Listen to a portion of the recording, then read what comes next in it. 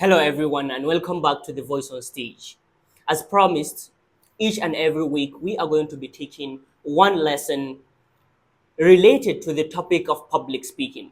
So today we have another good lesson, and we are going to talk about speaking without preparation, better known as impromptu speaking. So, what is impromptu speaking? It's being able to extract the knowledge that you already have and expressing that knowledge on the spot without any prior preparation. So it's not about the performance, it's about giving clear and well structured answers based on the knowledge you already have. An example of this might be a Q&A session or an interview when you go in to get interviewed for a job. These are all examples of impromptu speaking. Or rather, you might attend an occasion and unexpectedly the MC called your name to give a few words. All these are examples of impromptu speaking. So, how do you make sure that if and when that happens, because it is going to happen at some point in time, when it happens, how can you tackle the situation? How can you speak and be articulate without any prior preparation? This is our topic for today, and I hope you are going to benefit from it. And next time you speak without preparation, you will be a better speaker. Today's class is going to take two distinct parts, two things. The first part is going to be about controlling your heart, controlling your anxiety, controlling your stage fright. It is normal whenever someone calls upon us to speak on a stage, we get anxious. Our heart races faster, it beats faster, and our voice shakes. So the first part of this class is going to talk about how can you control your heart, control your anxiety. That is part one. The second part is going to talk about how can you structure your mind. So that is why I titled this class, Control Your Heart and Structure Your Mind. Let's dive in. In order to control your heart and control your anxiety, you need to reframe the moment. Reframe the moment. But how? One, acknowledge that anxiety. Yes, tell yourself that I am anxious. Tell yourself that yes, this is normal. It is normal to feel that rush in your blood. It is normal to feel that your heart is racing faster. That is the first step. The second step is to have a conversation. But how? Tell yourself that you are not performing anything. You are not giving performance that anyone is going to judge you. You are just having a conversation with a couple of friends, maybe, or you are having a conversation with your audience. It is far better. If you can get yourself in that mindset, that frame of situation, you are going to be calmer when you speak. And then finally, you should see impromptu speaking or speaking without preparation as an opportunity to express what's on your mind, as an opportunity to train yourself, and also as an opportunity to educate the person that is listening to you. Today, if you call upon my name and you say, Muaz Idris Zakaria, come up stage and tell us something about public speaking, I will not see it as a threat. I will see it as an opportunity to give back to the community, as an opportunity to educate someone about a topic that I know something about. These three things are the method you use to reframe the situation, reframe the moment. After you reframe the moment, the next thing you need to do is some exercises, some practical exercises, some immediate techniques that are instantly going to calm you down. The first one is to slow down, slow your rate of speech. It is obvious in a lot of anxious and nervous speakers that they speak so fast. They are so eager to finish speaking and be done with it. So don't be like that. If you want to speak efficiently and effectively, slow down your rate of speech. When you speak, take your time, take a moment, take a beat. Speak as slow as possible because people are going to wait and listen to what you are going to say. And you are going to grab their attention more when you are speaking slowly.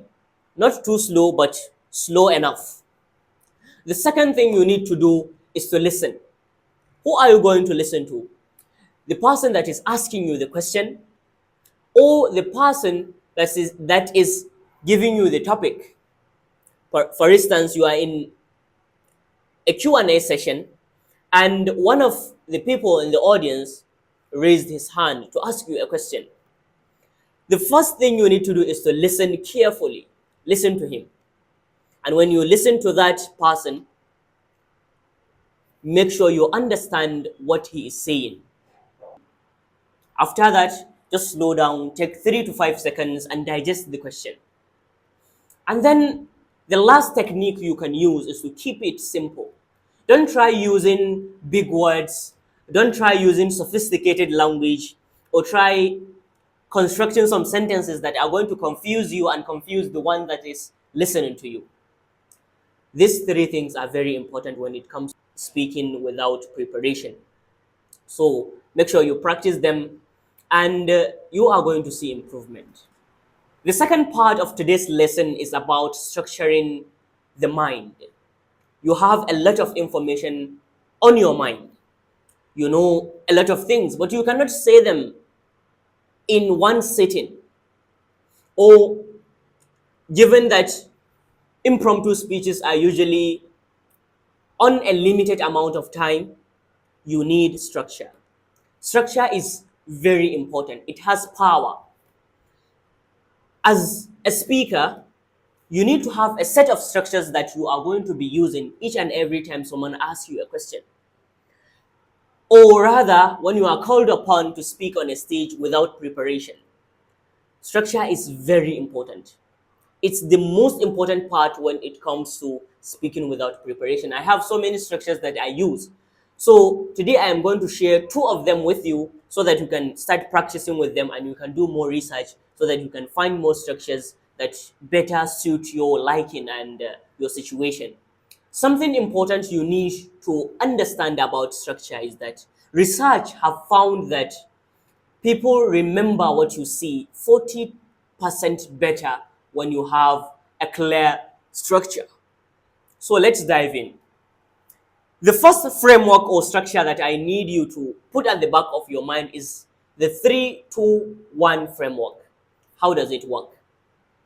After you get asked a question during a Q&A session or during an interview or someone called upon you in an event to speak, take a moment and structure your thoughts.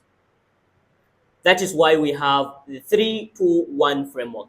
3 things, 2 steps, or 1 thing. Divide your main points into 3 steps and say them. Divide them into 3 steps and say them. For instance, you asked me, how can I improve my articulation? I can answer by saying, there are 3 things you can do to improve your articulation. Or rather, there are 3 steps you can follow to improve your articulation. Find a book, read it and exaggerate the mouth movements, and then repeat that process 10 times. 3 steps. Or rather, using this same framework, I can say there are 2 types of people when it comes to articulation. There are those that are native speakers and they already have the mouth movements, and there are those that are non-native speakers of the language who need to learn a new set of mouth movements when they are trying to speak. Or rather, you can use the one. The one thing you need to do to improve your articulation is to begin speaking frequently, to practice speaking frequently. It's very easy. You can elaborate and add more upon those 3 steps or those 2 types or that one thing. I hope we are getting it. The second method is the PBS method, which is problem, solution, and benefit.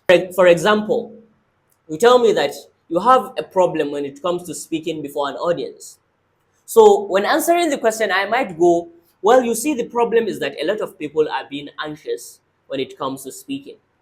When you stand before an audience, you are too self-conscious, and then your heart races, your palms sweat, and your voice shakes, and ultimately you fail. That is the problem. To solve that problem, you need to first slow down before you begin to speak. Take a moment and slow down. The benefit of slowing down is that you relax you yourself on the stage, and then even your audience, you give them the opportunity to relax. You see, by answering the question in a structured manner, I tell you the problem, I tell you the solution, and then I give you the benefit. You are more likely to remember what I say, and you are more likely to practice that given technique. And then finally, how you deliver your answer. It's very important. I am not going to dive deep into delivery in this class.